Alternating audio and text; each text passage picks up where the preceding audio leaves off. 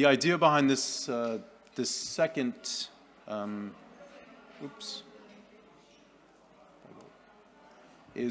this is to present a collaboration that was created over the past sort of 2 years, and this event is co-organized by the University of Geneva, the NCD Policy Lab based at the University of Geneva, the University of Edinburgh, and the Steno Diabetes Center at Odense. As we all know, why are we focusing on the epidemiology of type 1 diabetes and really the link with the global diabetes agenda? So as we know, we celebrated the centenary of insulin's discovery in 2021, its first use in 2022, and that diabetes as a whole, type 1 and type 2, are one of the prioritized non-communicable diseases. However, most of the focus has remained on type 2 diabetes given the burden. We have the Global Diabetes Compact, we have a World Health Assembly resolution on type 1 on diabetes, and now we have this global target of 100% of people with type 1 diabetes have access to affordable insulin treatment and blood glucose self-monitoring. And so we need to measure this. We now have this diabetes prioritized research agenda, and the Lancet Diabetes and Endocrinology Commission on type 1 diabetes, and there'll be a side event at the end of today focusing on that initiative. So if we just focus in on this collaboration, so the Diamond 2A collaboration, and you'll learn more about why Diamond, why 2A, and why collaboration. So this all started with the question of how many people need insulin globally. And the answer was, at that time, we didn't know because there were no clear estimates on the number of people with type 1 diabetes. So together with Sarah Wild, with Anders Green and colleagues, we embarked on this adventure of trying to estimate the global burden of type 1 diabetes. As many of you know, there had been estimates for the 0 to 15 or 0 to 19, but there was never an estimate looking at all age ranges. From the reviewers, and as a researcher, we often ignore or prefer to ignore or don't take into account comments from peer review, but I think this process really opened up this question about how can we do things better, especially when we're looking at the epidemiology of type 1 diabetes. And with all that, with Anders, with Professor Kurt Hoglund from Steno Diabetes Center Odense, I submitted a grant to better understand the system in Denmark and what could we learn for low and middle income countries. And so I'm grateful for the Danish Diabetes and Endocrine Academy for supporting that work.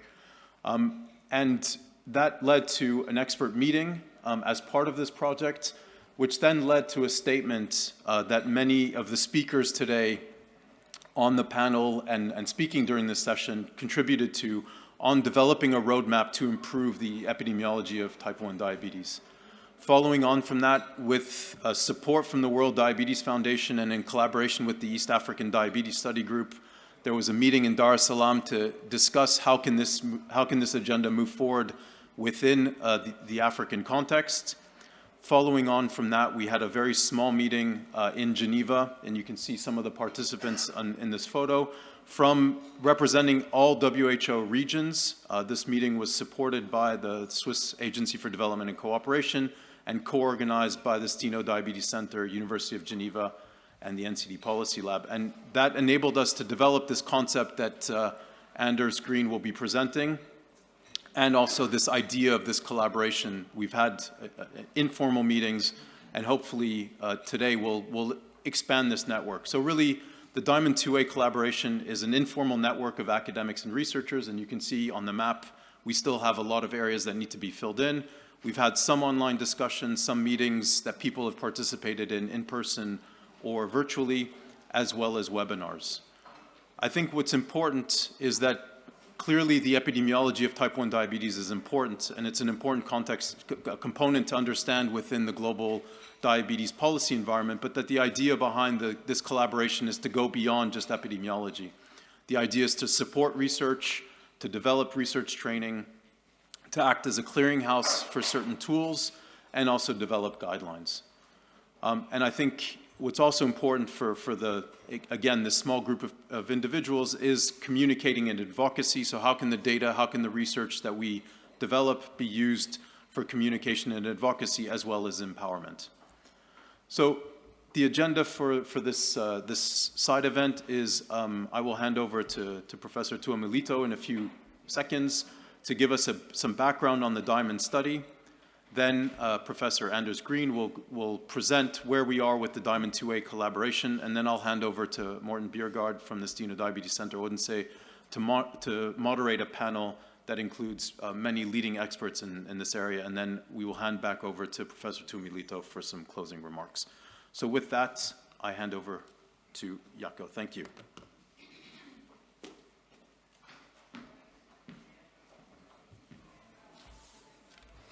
Thank you very much, David. Ladies and gentlemen, good morning, everybody. Oh, good afternoon, actually. And I had to fly long way from Helsinki to here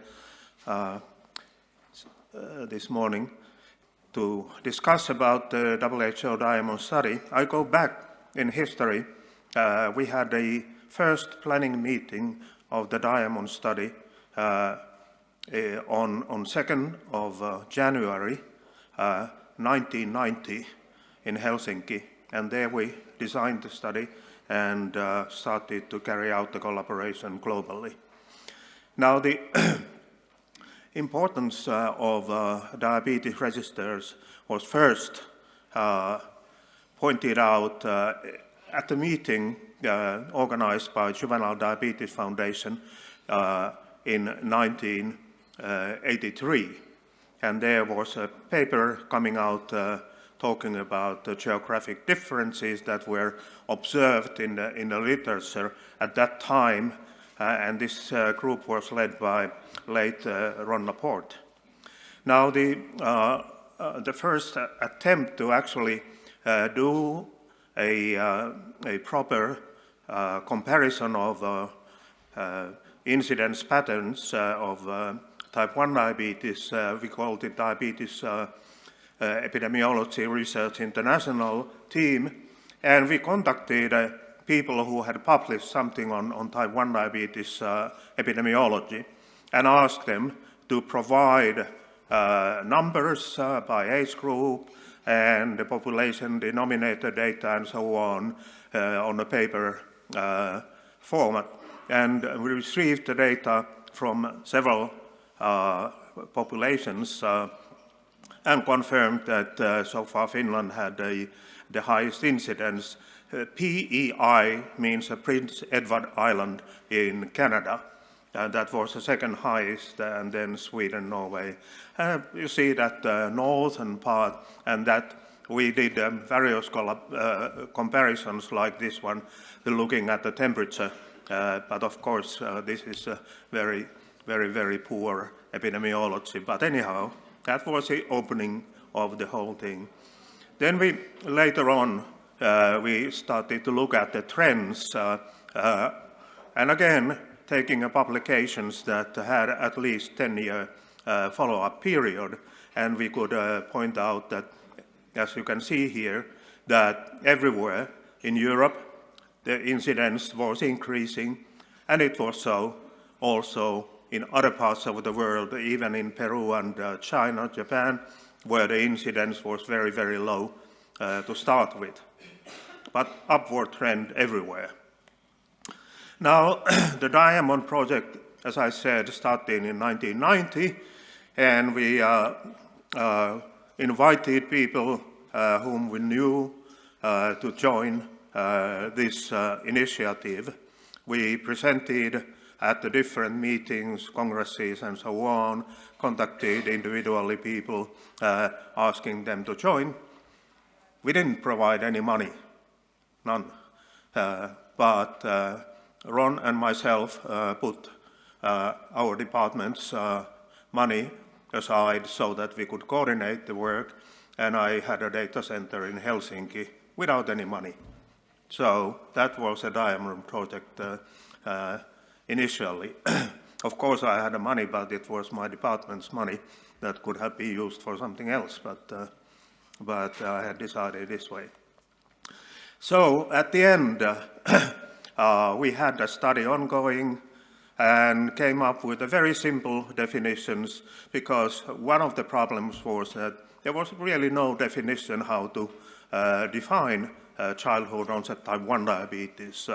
And as you can see, very, very simple way of defining, but we wanted to have a population-based studies. And at the end of the day, we had a database with more than 30,000 cases registered and more than more than 70 countries and more than 100 centers were included in this publication that came out then 2006 with the incidence data.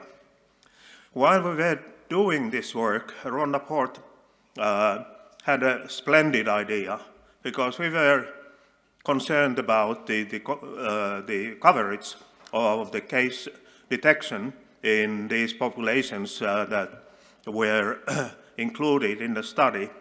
And Ron identified an interesting methodology that has been used for many, many purposes, counting a fish in a lake or wildlife in African savanna or whatever, dog bites in the city of Copenhagen and so on. So you can use this sort of recapture method, and we promoted it to be used in type 1 diabetes epidemiology, because if the study was hospital-based, we knew that there are people who are using a private sector or different hospitals and so on. So none of the methods were complete, but using this methodology, we can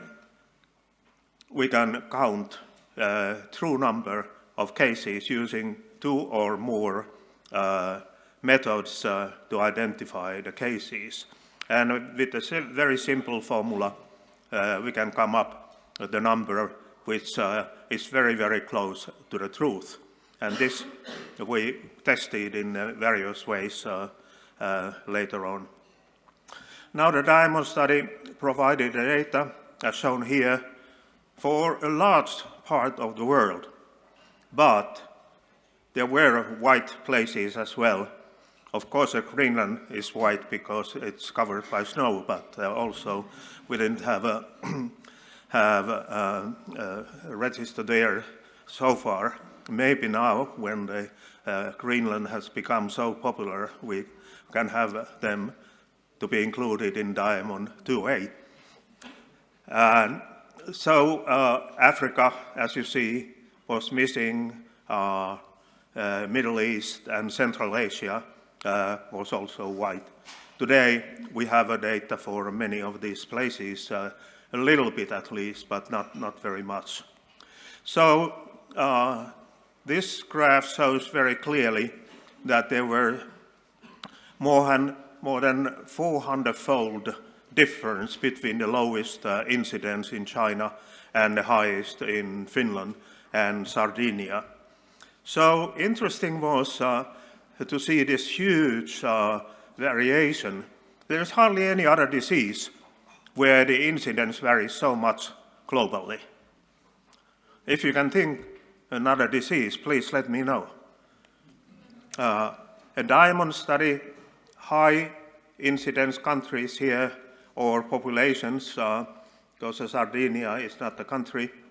And that was a kind of surprise with the Eurodiap study coming up with the Sardinia highest. And then we had Kuwait in the Middle East with a very high incidence as well. But in principle, again, the northern part of European countries were dominating, or the British origin populations, including New Zealand, Australia, Canada. And then the low incidence countries, we could observe that many of these were Eastern European, so-called Eastern European countries, where they kind of called the Soviet bloc, and also much of middle or southern European populations. So there was a kind of a north-south gradient, but not complete. What came then to Asia, the one center in Russia, Novosibirsk, of course these are mainly the Caucasoid people living there. And Finland was part of Russia for more than 100 years in the 1800s and so on. And Siberia was used for criminals and other people to transport them there. And then also Stalin took a lot of Finns to Siberia, so that in Novosibirsk I went there and I could observe that there were quite a number of type 1 diabetic individuals with the Finnish names. Anyhow, so China also had a quite interesting variation in incidence, so it was not that everywhere in China the incidence is the same. And now they have additional studies have been ongoing. In South America, two types of populations. One's the populations like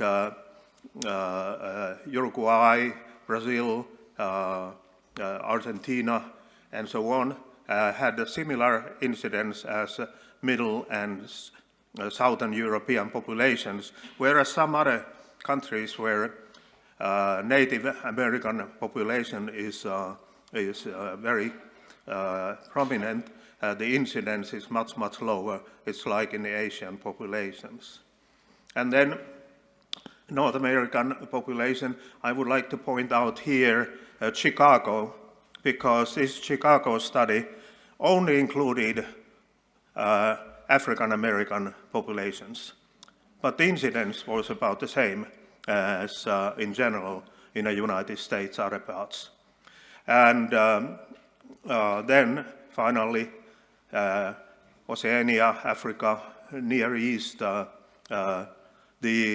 I said, the countries like New Zealand and Australia had a similar incidence as UK in general.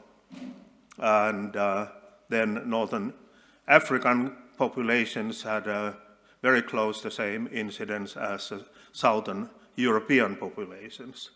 So all these things gave us also to look at the possibility to look at the time trends, and what we could observe that everywhere, all regions, the incidence was increasing during that 10-year period, and the incidence was more or less about 3% per year.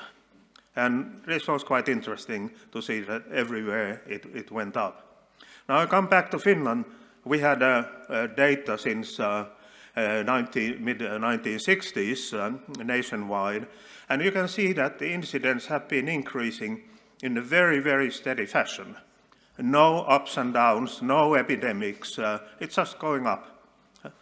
And that must tell us something about the reasons that it is not that there is a kind of a virus epidemic and then a lot of cases and so on, as it has been sometimes by some people contemplate.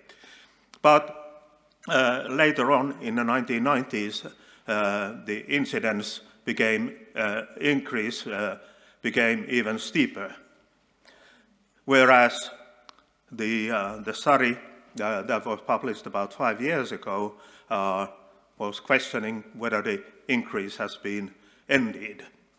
But if you look at this graph here, the plateau was only seen in children aged younger than 5 years old. Older children have a rather flat trend, but no decrease definitely. We'll have to see more years to come where we are going.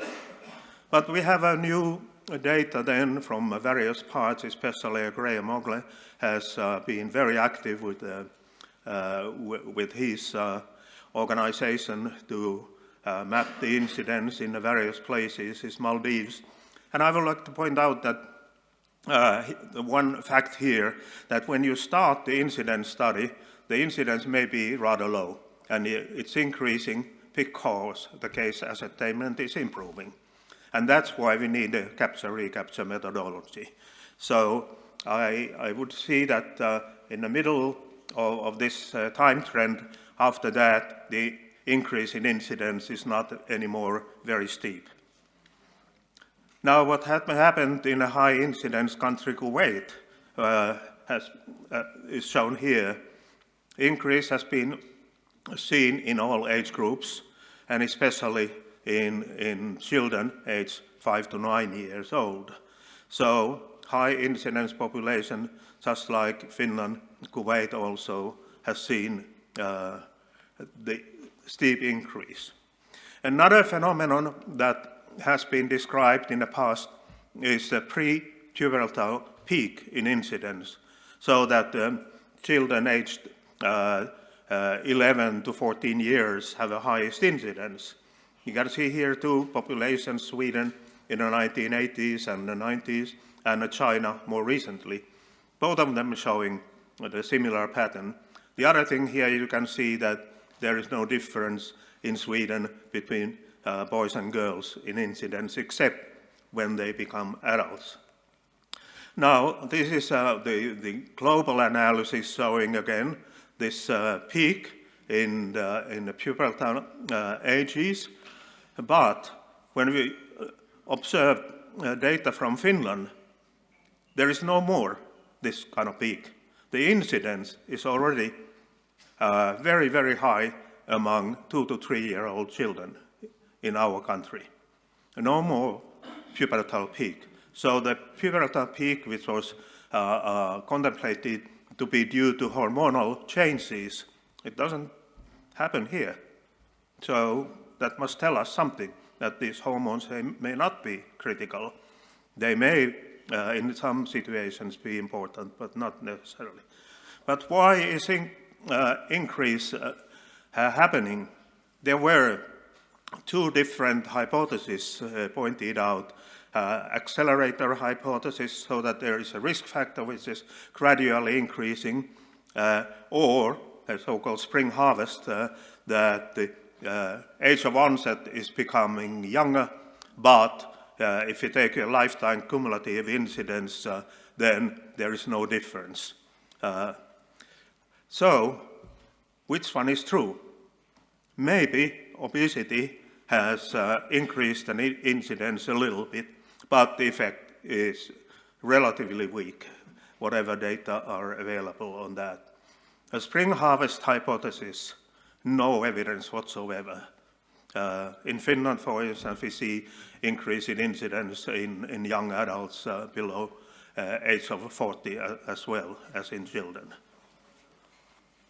Now, finally, one thing which I believe is important is genetics.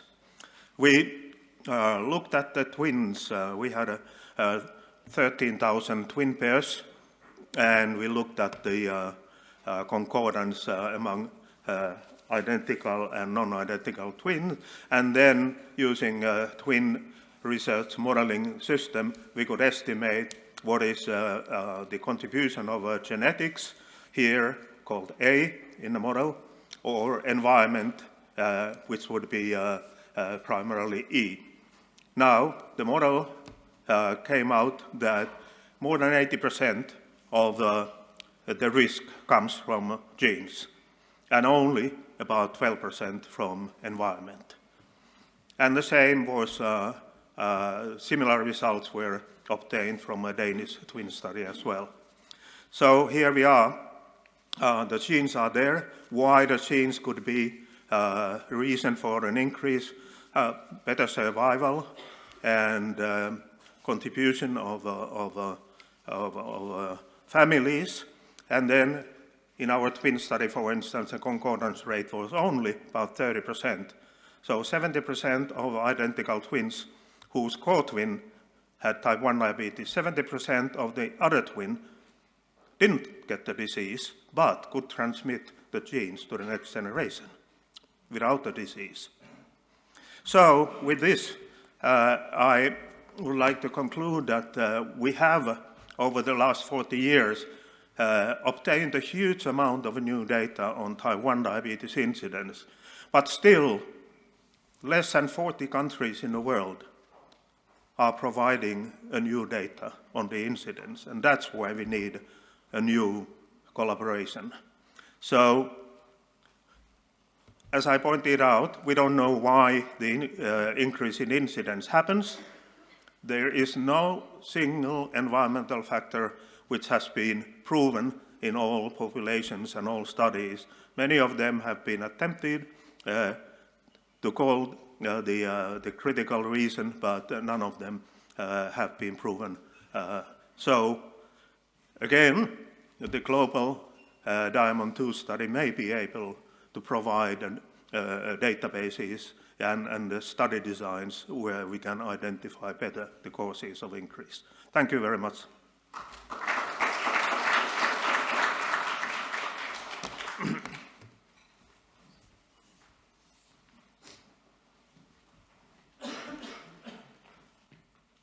Thank you very much, Jaakko, for that history of the type of epidemiology of type 1 diabetes, and also just highlighting that although we've studied a lot, there are still many questions. So I'll now hand over to Professor Anders Green, who will tell us a bit more about the rationale and why this new collaboration. Thank you, Anders.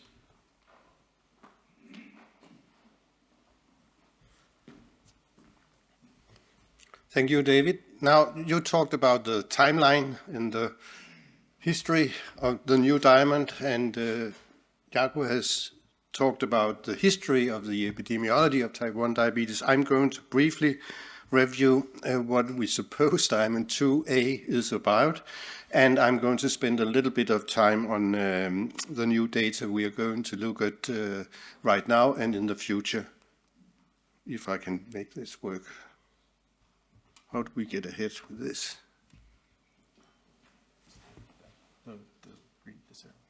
This one.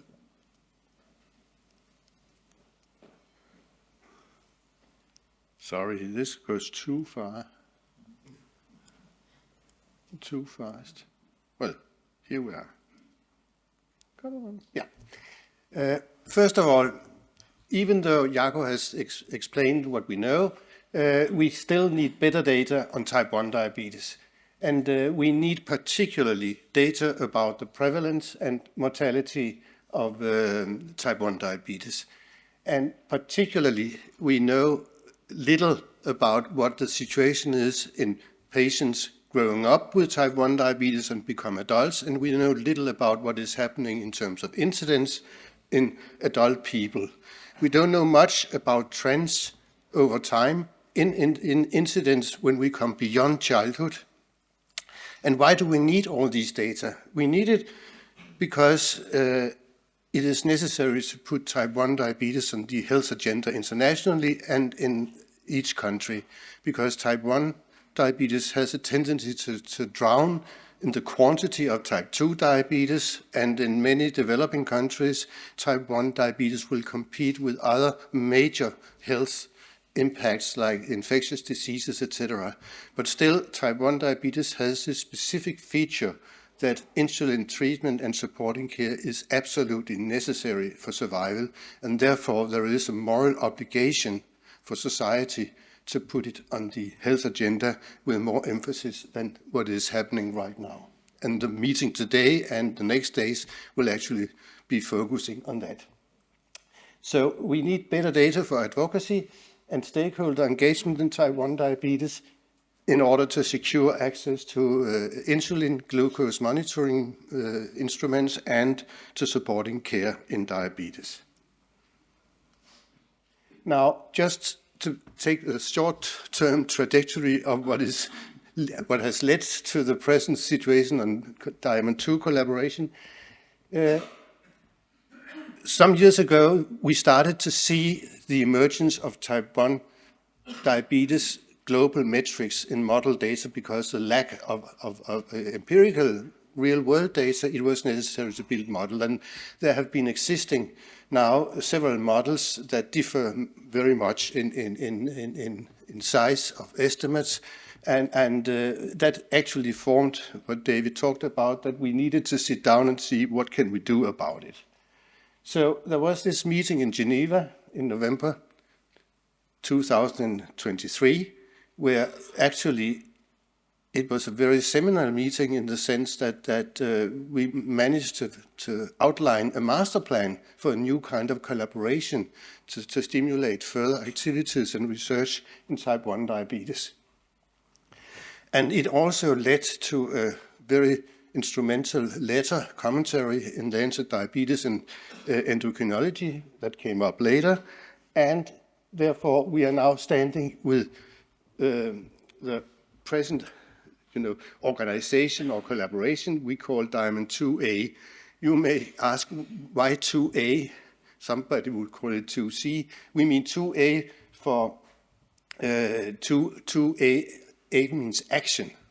So it's Diamond version 2 action, and it's a collaborative network. So therefore, Diamond 2A collaboration. It's difficult. Somebody would call it differently. Okay, but what we are talking about here is an informal network. We have no strict management. We have an informal structure. We have online meetings where we have regular and periodic meetings for interchanging information of various relevant kind. We have webinars coming up, and we are supposed to organize training seminars, which I'll get a little bit back to, and we want to collaborate and make structure of collaborations in terms of various work packages that are addressing different aspects of future work in type 1 diabetes. So we have in what we conceive is the current and future of Diamond 2A collaboration, we have three major pillars here. The first one has to do with research. And basically, you have research of various levels. You can base your research on concrete studies, surveys, short-term studies, case stories, etc. And in the end, if conditions permit it in the individual countries, you can set up national or regional registers, which we hope can be stimulated by this, but it may not always be the case, and therefore we have other means also to get more and better information on type 1 diabetes. But in addition to that, we need to build up and increase capacity in actually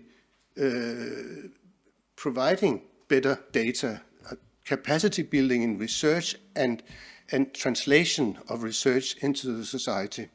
And we are talking about making supporting networks locally. We are talking about twinning and sharing experiences across groups, individuals and countries. And we are talking about provision of guidelines for research in these areas so people can actually take some manuals and start doing research locally and regionally. And also we need to improve advocacy and increase advocacy with a purpose to improve care in diabetes, and we can do that from the network by means of producing reports at national, regional, and even global level, and produce publications and other scientific reports, and actually trying to translate developments in these areas into stakeholders and other aspects of the society outside the research area. That's very important, the last thing. So we have these three pillars which I just mentioned. Now,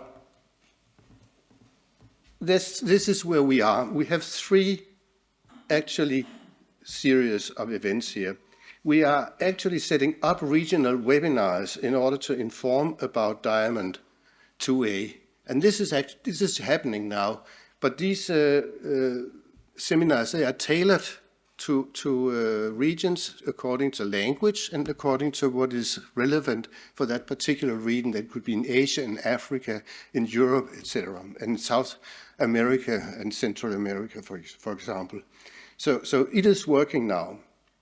And the purpose here is to inform about the Diamond 2A as a collaborative network.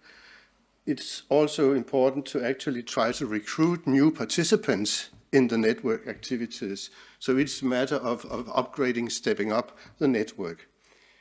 The other thing is, and this is also ongoing, that David actually coordinates periodic, very informal, internet-based meetings where we exchange results, exchange news and new initiatives, etc. So people can join if they wish, and they can leave if they wish, but they can get informed about progress and what is happening in next and what could happen in terms of funding, etc.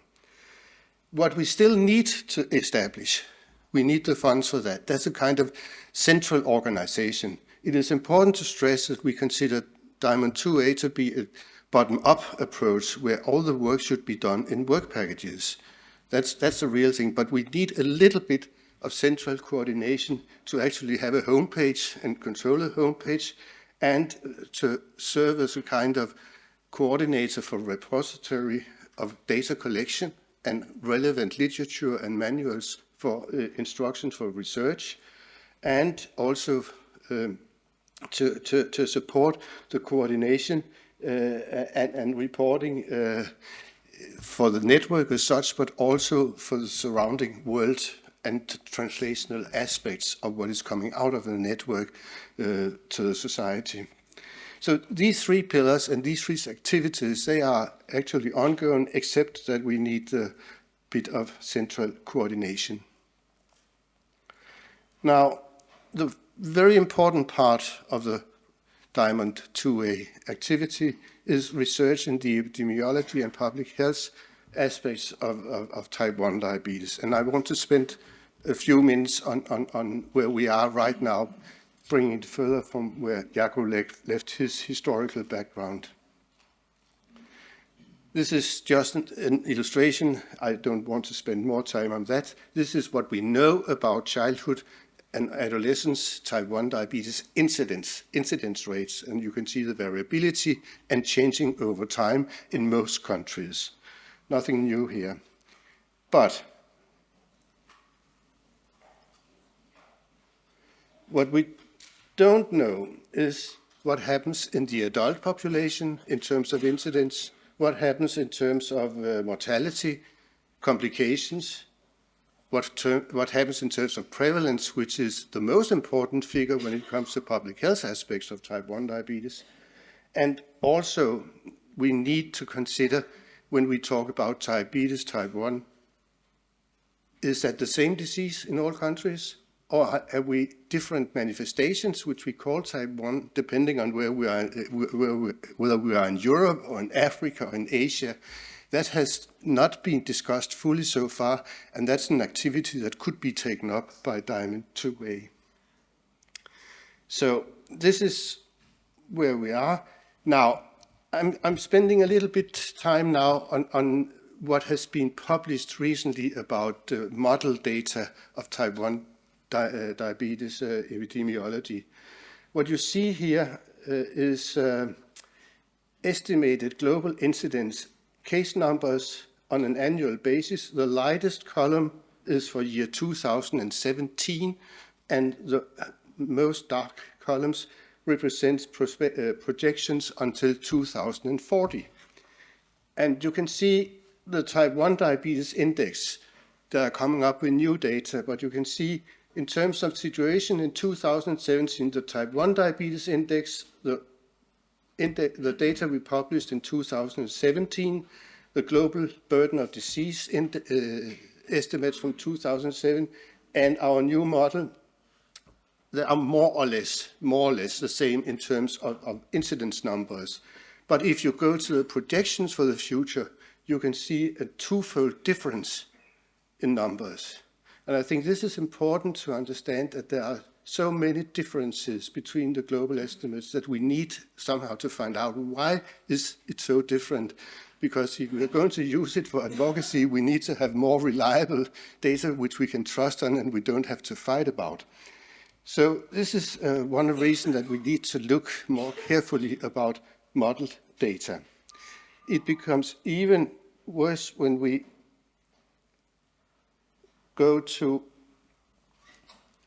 prevalence data. If we look at estimates at the global level for prevalence in case numbers each year, you can see that the type 1 diabetes index, they are supposed to go from nowadays a prevalence about 6,000 if you go back to the year 2017, but up to more than 1,000, but millions, we're talking millions here, but up to 16 millions. That's more a doubling.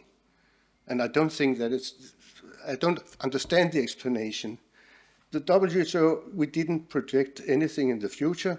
I haven't found projections for the global burden of disease data, and our new model is much more modest in terms of what we see as a new prevalence, because we don't believe that the incidence will increase so much that it could create such a high prevalence that the type 1 diabetes index assumes.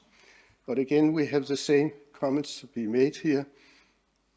And that is, we have this huge variability between the various estimates, and it concerns the current prevalence level as well as what is going to happen in the future according to our estimates. So we have room for improvement, and we need to find agreement about how to extrapolate from missing data and how to actually make trends for the future incidence and how to translate from incidence to prevalence. So I'll jump, these slides represent actually what Jaco said before. I'll just end up with our estimates for the future incidence. You can see we expect it to more or less stabilize, so we are ending up with 370,000 cases annually at year 2049.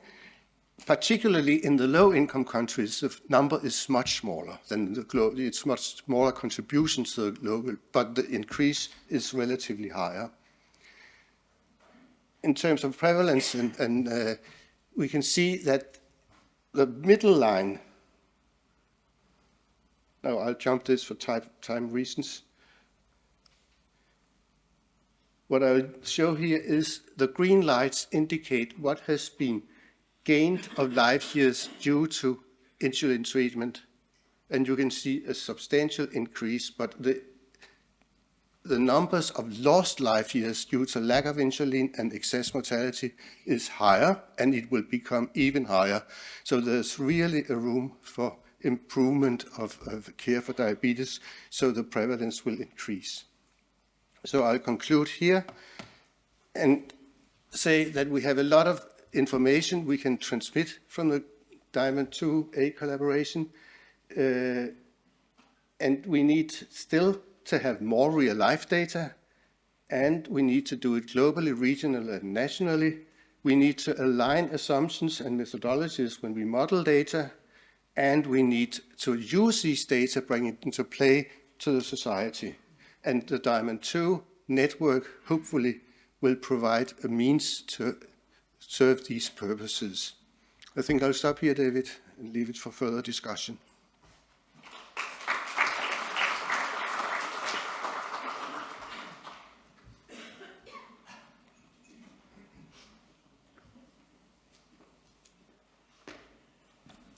Yeah, thank you, Anders. So I'd like to introduce myself. My name is Morten Bjergård Andersen. I'm a medical doctor. I'm an associate professor with the Steno Diabetes Center in Odense and the University Hospital of South Denmark. So, and I'm part of the Diamond Network too, representing, like Anders, Steno Diabetes Center in Odense here in Denmark. So I'll be moderating this this panel, the discussion, where we have some leading international experts within the type 1 diabetes field. So yeah, I think in the interest of time, we better get started. So I'd like to invite the panel guests to come join me here at the stage. We have Dr. Basit Professor Basit from Pakistan, and Dr. Mayaliva. Here, yeah, welcome. And Professor Bahenka from Uganda. And also Sarah Weil from Scotland, University of Edinburgh. And Jill Farrington from the World Health Organization. And Mads Loftager from the World Diabetes Foundation.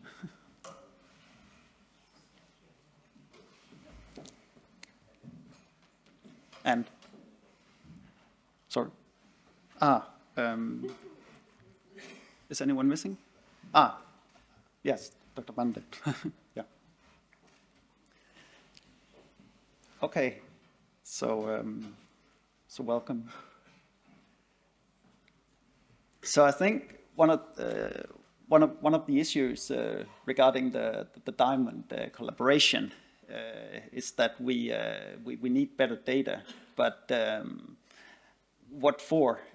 So obviously we have an idea why it's needed, but is it mainly for clinical purposes to direct us in our daily patient care, or it is more like epidemiological data, like Anna showed before? We can see maybe increases or decreases in trends. So is there anyone from the panel who would like to elaborate? What is the most needed part in terms of data?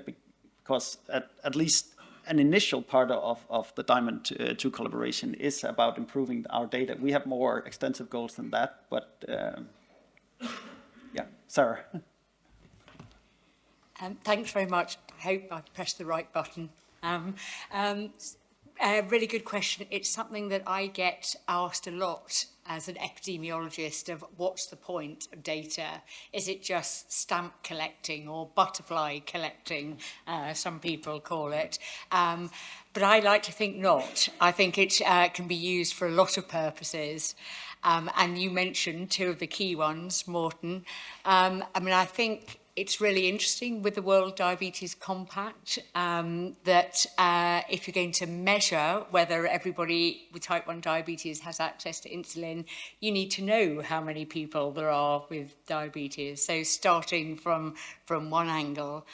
But you mentioned also data for clinical care, and clearly it's really helpful for treating individual patients to be able to have good records. And so very often, in Scotland at least, the way the population-based register started was from care for individual patients. And then because it became widespread and used for all patients, then we ended up with a population-based register. So I think it depends on your perspective as to which is the most important. They're both valuable uses of data. Thank you, Sarah. Anybody else who would like to comment on that?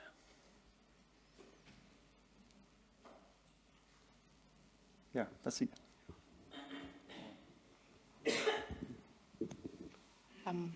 Thank you very much. I think I'll agree with what Sarah is saying.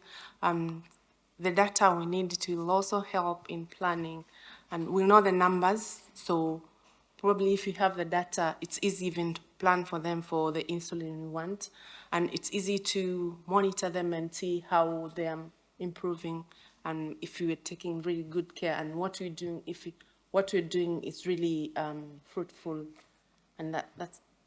I think that's what we'll use that data for. Yeah. Thank you. Yeah, Mads? Yeah, to agree, but maybe add further details, I think, on both points, both on the quality of care and the importance of data for that. We have been supporting a project in Rwanda in recent years where we've helped to develop a registry for patients with type 1 diabetes. My colleague Natalie, who sits down here, has been supporting that. And some of her initial data coming out is that they've seen an increase in the number of patients with HbA1c levels within the agreed range, increasing from 41% to 73%. Mm-hmm. And that's, we should not be conclusive on that, but it's an indication of either that it helps to improve the regimens, or that it just helps document better than previously. Yeah. So from that angle, we see it as important, but of course also global epidemiological data, because from the Africa region, which I cover myself, there is so little data. So even understanding the extent of the problem, we saw it in the projections that Anders showed before, that there are so big variations because it's projections, it's not data. Yeah. Yeah, Silva. To add something so that we sort of merge the various sessions we've had. If we look at what's transpired in the previous session, was that in disaster preparedness, afterwards integrate the people you receive who have been in disaster with the current or with the programs running in the country so that we reduce the rates of complications. But if you look at our data, that is the importance of data, with the present programs running, particularly in the low-income countries, they're already running at levels where there are complications.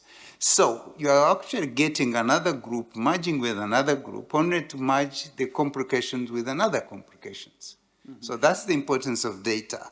One might say, oh, these ones are coming in because they already have complications, but actually you already have complications if you actually have comprehensive data. So that's the importance of data. Whatever you are looking at, we need data to be able to know what's happening to our population with diabetes.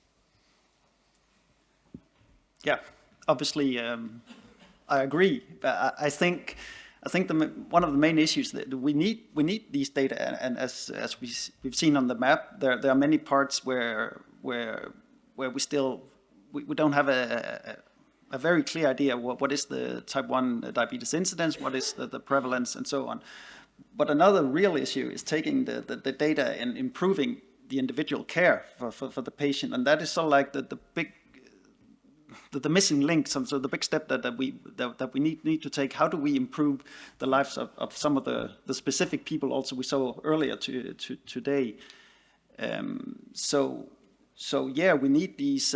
I've been interested in the COVID pandemic, if that could have sort of like accelerated the type 1 diabetes development, and obviously that is epidemiological data is important in that regard. But the real issue is improving the lives of the people. So this is also what the Diamond 2A collaboration is about, is action in order to facilitate care and patient advocacy and so on. So maybe some of the other panelists would like to. Yeah. First of all, thanks for inviting. I take the points, all of the points which has been suggested by my previous panelists. Just to add on in Pakistan, the only study we had for incidence of type 1 diabetes was in 1994, which Jaco was showing in 0.7, the data was at that stage. So 1994, we have no other data for type 1 diabetes. So that's the importance of having a data now for incidence of type 1. On top of it, I don't know how many in the house, but we are in Pakistan seeing a lot of childhood obesity and type 2 diabetes coming along at the same time of ages of 10 and 12 and 14. It's a diagnostic dilemma. So perhaps at the same time, this data analysis and this registry or this looking for incidence of type 1 may also help out to find out what are the indicators which decide whether it is type 1 diabetes or type 2 diabetes at that young age. Thank you. Yeah. Yes. If I can add and complement a little bit, again, thank you for inviting me. I think for having better data on the quality, we need, as Anders was mentioning, also global metrics, so standardize both data collection protocols as well as global metrics that allow us comparison. On the coverage side, of course, encouraging an international collaboration, as for example, Diamond 2A is already an important starting point. And two other important things, if we want to translate this into clinical practice, is actually enhancing clinical decision-making, so translating what we obtain through data and registry and estimated that we made into actionable insight. So never forget that the data that we have, even though those are estimated, might be not 100% reliable, there's a need to communicate those data, also to have a validation at country level. So those data should be validated, and it's our responsibility as researcher or public health professional to really improve the quality of those data. And one last point I think very important is the data health literacy of the ultimate audience that we have. Because if we consider estimate, we should be able to understand what those estimates are telling us. At the same time, as country representative or working in a specific country, we should validate this data, we should provide feedback. So I think there's really an important message on really improving the capacity building that Anders was talking about on data health literacy among a broader audience. Thank you. Yes, Diallo. Thank you. I guess it's also around if I give the example of WHO in terms of advocating for the importance of health information and monitoring systems, and trying to make clear that data should also be used for evidence-informed policy. It shouldn't just be data for research. And I guess one of the roles of WHO and in my own work is trying to bring together policymakers, researchers, clinicians, people with diabetes to actually see what different types of data exist, how these can be triangulated, and then how they can be used to give a powerful argument and advocacy within the country. Getting the data from just the researchers, but to show that there are many sources of data and they can be used. And I think you've also made the important points about the limitations of the modeling of data, but I'd also look at the power of having data from within a country, even if it's limited. So many of the countries I work in, they have paper-based records, they don't have great capacity in terms of university or academic support, but even just using clinical audit, looking at the quality of care, demonstrating what is possible within a country, what are some of the limitations, can be quite powerful with policymakers and other colleagues. Thank you. Yeah, Silva. Thank you very much. Yeah. Thank you very much.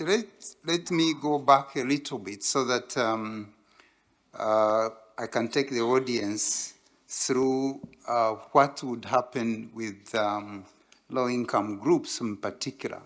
One is who is going to collect the data right from the source. We are looking at training the health workers because you may not have sufficient funds to get someone who has been trained. You are going to depend on the government, and the government is going to have health workers at primary health care level.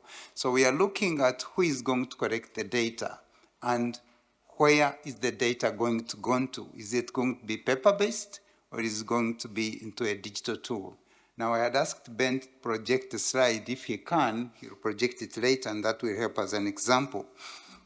So I'll give an example of Uganda. And when we started way back, we started with electronic files in 2009 as opposed to using paper files.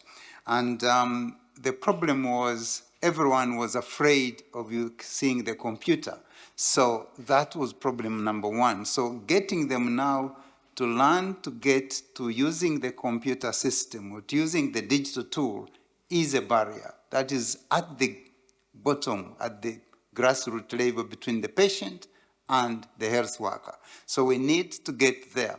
Once you are there, then what data are they giving you? Are they giving you centimeters to 0.1 or centimeters to 1, or weight as it is? Somebody is sitting on his waist, going onto the scales with his shoes and coat and everything.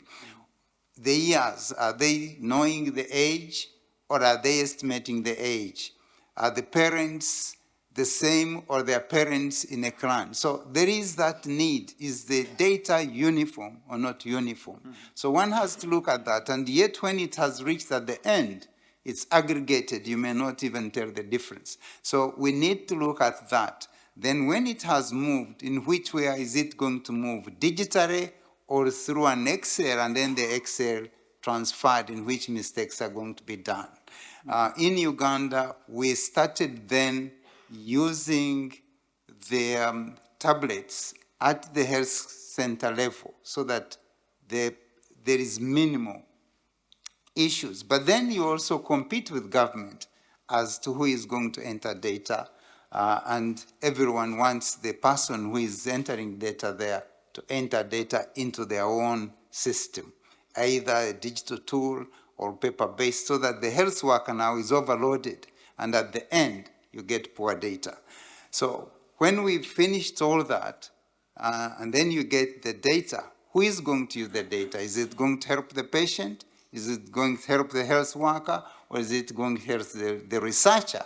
Or is the data going to be used by the Minister of Health or by the people who are interested in knowing the prevalence of type 1 diabetes and the funder who is giving me insulin and so forth? So all those have to be coming in order that you actually have a way of collecting data so that you satisfy all the groups. So at the end then, you sit down and plead to whoever is with the government and say, I need this data for this and this and this. So that is how we probably would be looking at it in developing countries, that the system is not yet well uniformed. We have people collecting data, they may not be very well, so they may need a training, or better still, to define what data, what accuracy of data do we need. Otherwise, we may be collecting a lot of data that has a lot of inaccuracies in it. Then at the end, we should not forget that the data collected needs to be helping the patient down at the grassroots to be able to continue, and that the person collecting the data is equally satisfied that the data they are collecting is helping them, and they need to collect more accurate data. I think that's the message I want to give. Yeah, and I think, as Matthew also pointed out, these electronic registries that are being created in various parts, they're extremely important. Sometimes people may show up and the names are spelled slightly different, or the age is not entirely correct, and there can be problem with duplicates and things like that. If you have electronic registries where there's a unique identification number and that sort of thing, it sort of like increases the quality of the data that we are using. So that's one challenge, or something that we will have to look into in terms of this Diamond 2 network that we are inviting basically all countries to join, because the more data we have, the more certain we will also be. And yeah, maybe you'd like to. No, just to speak a bit more into what Silva was outlining here, and yeah, with the example of Rwanda, and the importance of electronic data, but also the huge task of getting there, because I think what's possible in Rwanda is that it's been the Rwanda Diabetes Association that's developed this tool as a parallel to the public registration system, so to say. And therefore it's been possible to do relatively quickly, and with very hands-on consultation with nurses involved and so on. Yeah. But it's a diabetes association tool that tries to help the public health system. But in reality, it's the same as what I've also witnessed in Uganda, is that you then mean that in the facilities, they have to register 2 places. In the public, which is still paper-based. Well, okay, in Rwanda it's transforming, but in Uganda it's paper-based. Yeah. And of course, that's the healthcare professionals, that's the first they're going to be kept accountable for, is what they have to put into the official. And then they have to do the double registry. So the point I'm trying to make here is that developing an electronic registry with the ministry for the public health system is a long journey. So you need other stakeholders involved to help to do some immediate solutions until you reach that endpoint. And that's why I think it has to be this partnership between also associations or others that can support the government. It's a long journey in many places. So, and one thing we have not discussed yet is the whole definition of type 1 diabetes. I mean, how, as an endocrinologist, mainly working here in Denmark, I have this idea it's a young, lean person, and you definitely have to measure these autoantibodies. But that may not be the interpretation in all settings. And this is also something we have to keep an open mind. And Anders addressed it a bit in the beginning. What is considered type 1 diabetes in the various settings? So yeah, it's an interesting topic. Would anybody like to address that, or? Yeah, Sarah. Oh, please go.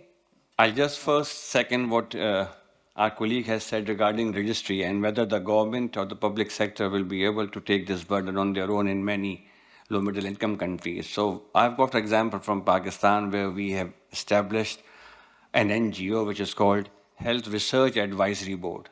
And this board has been running for the last 12 years and 13 years, and I just happen now to be the chairman of it.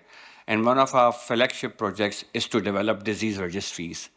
And so that is helping the government now, and we are taking the registries we have developed to the ministry, that this has been done already, and this is the way we have been trying to develop the resources, etc., of infrastructure for the registry. And now only matters for the government to endorse it so that at least it becomes a national level document. So sometimes you have to take initiatives which may not be to start with government-based, and you depend on the resources available and the multiple stakeholders available who can play their roles. And then the government takes interest in it and comes in and say, okay, we are going to endorse it at the national level. Now, coming to your question of diagnostic criteria for type 1 diabetes, especially in places where autoantibodies, etc., are not easily available, or the genetic studies are neither available, then in that case, we just rely mostly on clinical symptoms and the way the children present with type 1 diabetes. That's usually not the norm in our parts of the world to diagnose type 1 diabetes. The major we can do is at times C-peptide levels, which is also not widely available, but not more than that at places. Thank you. Thank you. So, that was some of the points that I'd like to address. So, yeah. Yeah. Don't worry. Yes, while you're finding your notes, I think Abdul's actually said what I was going to say, but I think just reassuring perhaps other countries starting off with registers, it does take a long time, even in high-income countries. And before the first things are to try and get a small amount of data collected well. And even in Sweden, they had double data entry for many years, which is such a waste of effort, I think. Fortunately, in Scotland, when it was set up, it was a single point of entry. But yes, so even in high-income countries, registers are difficult to set up. So I'm really reinforcing the point about being patient, about setting these things up. And it's maybe people here's children who'll benefit from it, and grandchildren for some of us. But and then to the point about what is type 1 diabetes, it's a really difficult question to answer. But as Abdul said, in Pakistan, there's an increasing incidence of type 2 in younger children. And it would be a real shame to have separate databases for type 1 and type 2. So I'll rely on others to think about how you might define type 1. And in Scotland, even, we have a clinical diagnosis of type, but when we're using the data for research purposes, we try and clean that up with the information we've got. We don't have widespread measurement of antibodies or C-peptide either, so we have to use other information like time to insulin after diagnosis, so it'd be imperfect. But again, as the register develops, perhaps against type 1, you might have on what basis was this made? Was it ketoacidosis, etc.? So that's a bit advanced, I realise. Probably at the beginning you just want a diagnosis of diabetes when you're starting. Yeah. I just want to also follow on the idea about a registry being a long journey. So a registry might be a long journey, it might not be feasible, it might not be sustainable in a country. But what might be a shorter journey is digitalization of the health system and the health information system. And that I think the academics and the clinicians need to make sure that they are influencing. Because we've found that in some countries, it's software developers who are working on that, and they're not necessarily taking into account how that data needs to be used by clinicians.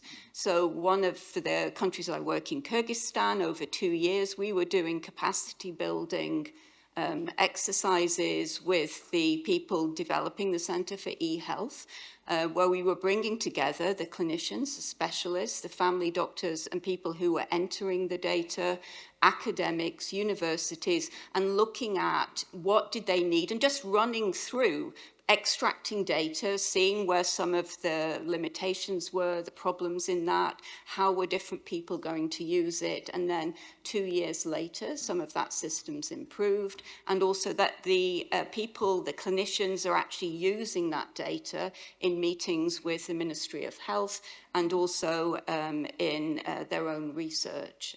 So it was a 2-year trying to influence the development of something that was happening in the health system anyway.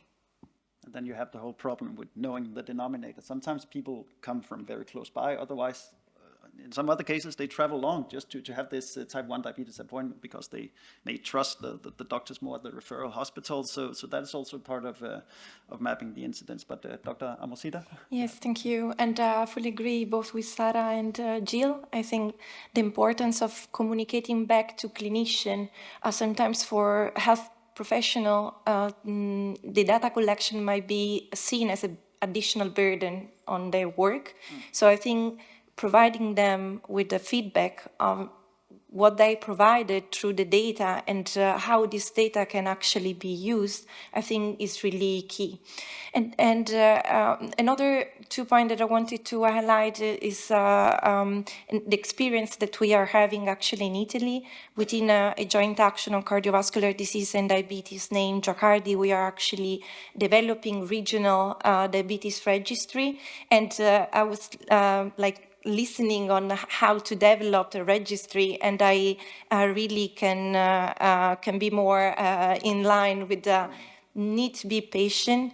We were in a different position because we had a strong political commitment on developing the diabetes registry, and also the funding to do that. But at the same time, I think the sustainability in long term and having the political commitment is really essential.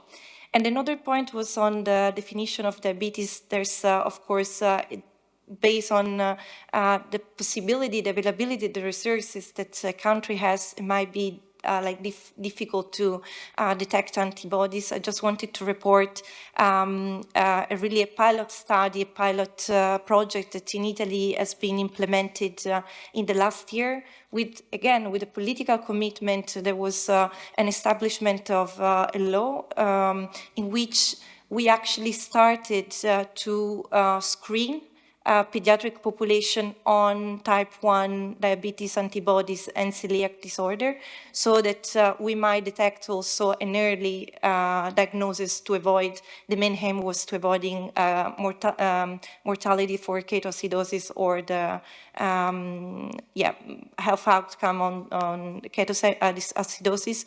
So this was another point and maybe interesting project that I wanted to highlight from my country, from Italy. As I understand, you've been comparing some modeling data from Italy with the real world type 1 diabetes, so like what you record in the clinics. Could you elaborate on a bit? Do the numbers add up, or? Well, I also like to have a discussion with Anders on that. So I was working on the global burden of disease estimate, and we try to compare. We compare with the primary real data from a regional registry in Italy. What we observed that we actually compare both type 1 and type 2 diabetes. As Sarah was mentioning, there's this really striking trend also on type 2 diabetes among adolescents. We were focusing on this study population. And for type 1 diabetes, we actually observe a quite good alignment between the GBD estimate and type 1 real data from the regional registry, even though the GBD overestimate the numbers. And the main thing is that the data sources that have been taken actually to develop this estimate were data from the registry and literature that were based on this registry. So the alignment was quite good, both in prevalence and in incidence.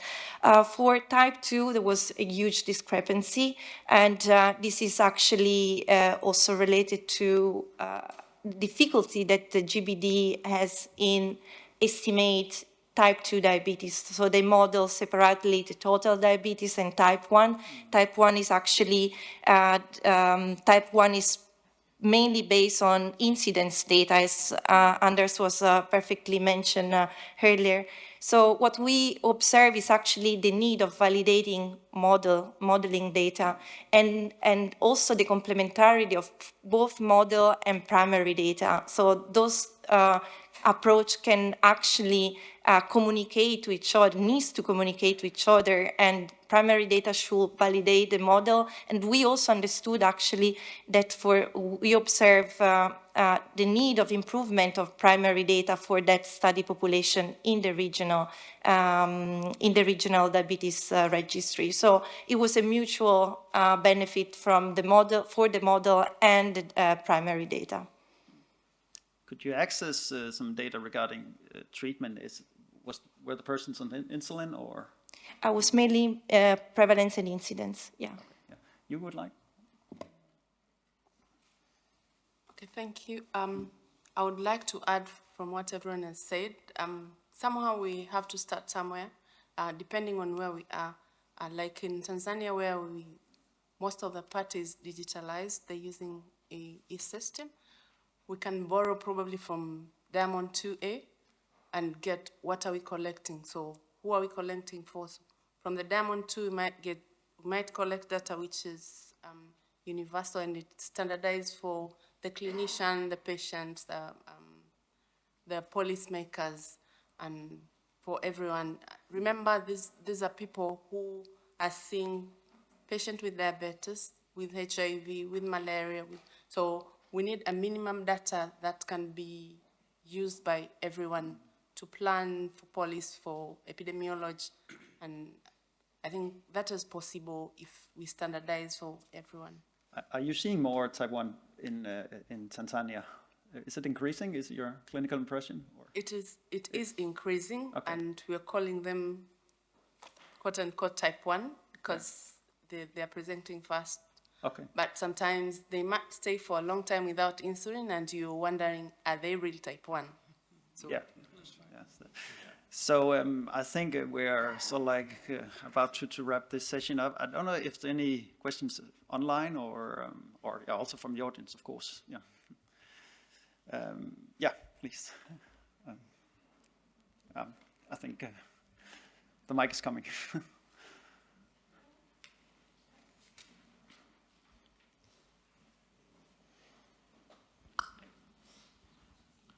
Thank you again. I'm Professor Bishwajit from Diabetic Association Bangladesh. I have two questions. First one is, the first two speakers, say in their presentation, they showed the high prevalence rate in the high income countries and the coal countries. How do you explain this association? And the second one is prevention of type 1 diabetes. Is it reality or this fantasy? How do you explain? Sorry, the last part I didn't prevention of type 1 diabetes, is it reality or fantasy? How do you explain? Okay, yeah. So, any... There were questions for you two. Speakers. Yeah. Well, shall I try and answer for Jaco and Anders? So, well, just I'll just wrap up the part regarding the cold countries, the warmer countries. There has been this this theory regarding viral infections that sort of like can trigger type 1 diabetes development. I think sometimes these respiratory infections are more common in colder climates, but obviously that hypothesis can be challenged too. You have but yeah, type 1 diabetes, the prevalence seems quite high here in Northern Europe, but then again, then you have Sardinia, and so there are many other factors as well, genetics, and it seems to be maybe in some Asian countries lower, but it's quite complicated here, and when we just have so little time. So yeah, I don't think we have time for more questions. We're already 10 minutes over, but yeah, thanks to the panel.